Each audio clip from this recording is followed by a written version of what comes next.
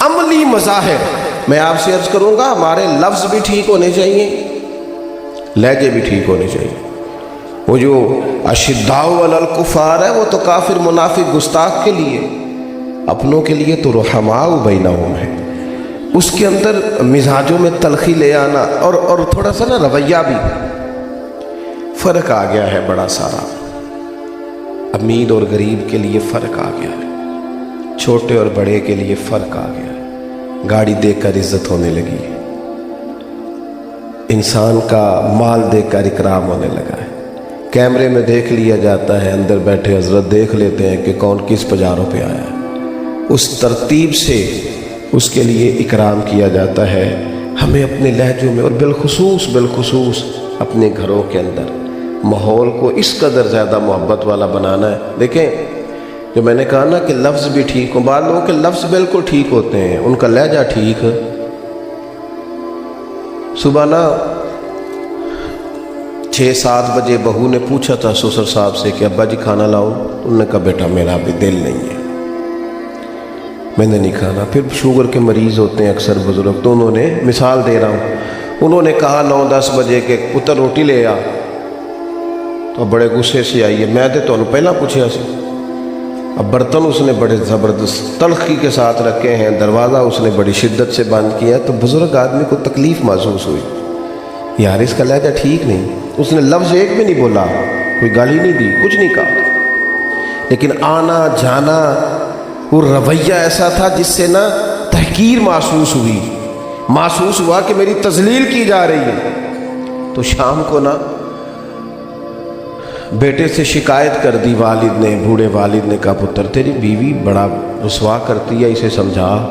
اس نے جب پوچھا تو وہ کہتی ہے ابا جی نے پوچھو میں آکھیا کی، انہیں تو کچھ بھی نہیں آکھیا، لفظ تو ایک بھی ادا، لیکن اس کا آنا جانا اتنا خطرناک تھا، اس کا بات کرنا ایسا تھا کہ اس نے دل کے کئی ٹکڑے کر کے رکھ دیے۔ اس نے کہا میں ابا جی نے پوچھو نا، دسو جی ابا جی میں کیا کیا، تو نہ کچھ بھی نہیں آکھیا، کی دسو، یہ بتائیں کہ جب تو آئی تھی تو تیرے تیور کیا تھے؟ قرآن مجید نے سمجھایا۔ حضرت لقمان اپنے بیٹے سے کہنے لگے وَلَا تُصَغِّرْ خَدَّكَ لِلنَّاسِ، بیٹا لوگوں سے منہ ٹیڑھا کر کے بات نہ کرنا، تیرے لفظ نہیں تیرا رویہ بھی ٹھیک ہونا چاہیے، تیرے چہرے پر خوبصورتی بھی ہونی چاہیے، تیرے لہجے کے اندر حسن بھی ہونا چاہیے، تیرا انداز، اپنے انداز کو محبت والا بنایا جائے، اپنے لب و لہجے میں وہ خوبصورتی پیدا کی جائے کہ لوگ گرویدہ۔ اور پھر کچھ لوگ ایسے ہیں جو دوسروں کو دیکھ کے اپنا سارا ماحول خراب کر لیتے ہیں۔ بھئی دوسروں کا اثر لینا تھا یا امت مسلمہ نے اپنا اثر دوسروں کو دینا تھا؟ بجائے اس کے کہ ہمارا اس پہ اثر، میں سفر کر رہا تھا تو لمبا سفر تھا بڑا، تو ایک صاحب گاڑی کو غلط کراس کر گئے، غلط کراس بھی کر گئے، تھوڑی تنقید بھی کر گئے، تو ڈرائیور صاحب کا موڈ خراب ہو گیا۔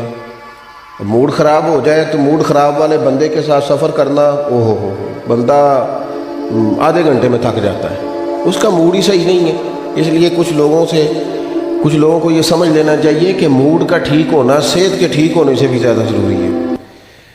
تو موڈ خراب ہو گیا، وہ گاڑی جو ہے وہ چل تو رہی ہے پر اس کے اندر جو ماحول ہے نا وہ ایسے ہے جیسے جون جولائی کی گرمی پڑ رہی ہے۔ تو میں نے اس بچے سے کہا ذرا گاڑی سائڈ پہ کرو، اس نے گاڑی سائڈ پہ کی، تو میں کہا پتر تو اتوں پانی لے تے پی تے موڈ صحیح کرو، تے انہیں جو کرنا سی وہ کر گیا، تے ایسا تے سفر کرنا ہے کہ نہیں۔ ایک بندے کی ایک تلخ بات کی وجہ سے نا ہو جاتی ہے اپنے رویے کو کبھی بھی خراب، اپنے رویے میں خوبصورتی آئیں گے نا بڑے لوگ، بڑی حضرت عمر بن عبدالعزیز بادشاہ تھے، رات کا ٹائم تھا، ایک رستے سے گزر رہے تھے، تو آدھی رات کے وقت ایک بزرگ فٹ پاتھ پہ سو رہے ہیں سڑک کنارے۔ اس زمانے میں لوگ کھڑاؤں پہنتے تھے، لکڑی کے جوتے، حضرت کا پیر آ گیا تو وہ اچانک ٹکر ہو جائے تو کیا کہتے ہیں سارے لوگ، اس نے بھی وہی کہا، اس نے کہا اچانک وہ بزرگ اٹھے، سوئے ہوئے تھے، پیر پہ پیر آیا، تکلیف ہوئی تو کہنے لگے آپ اندھے؟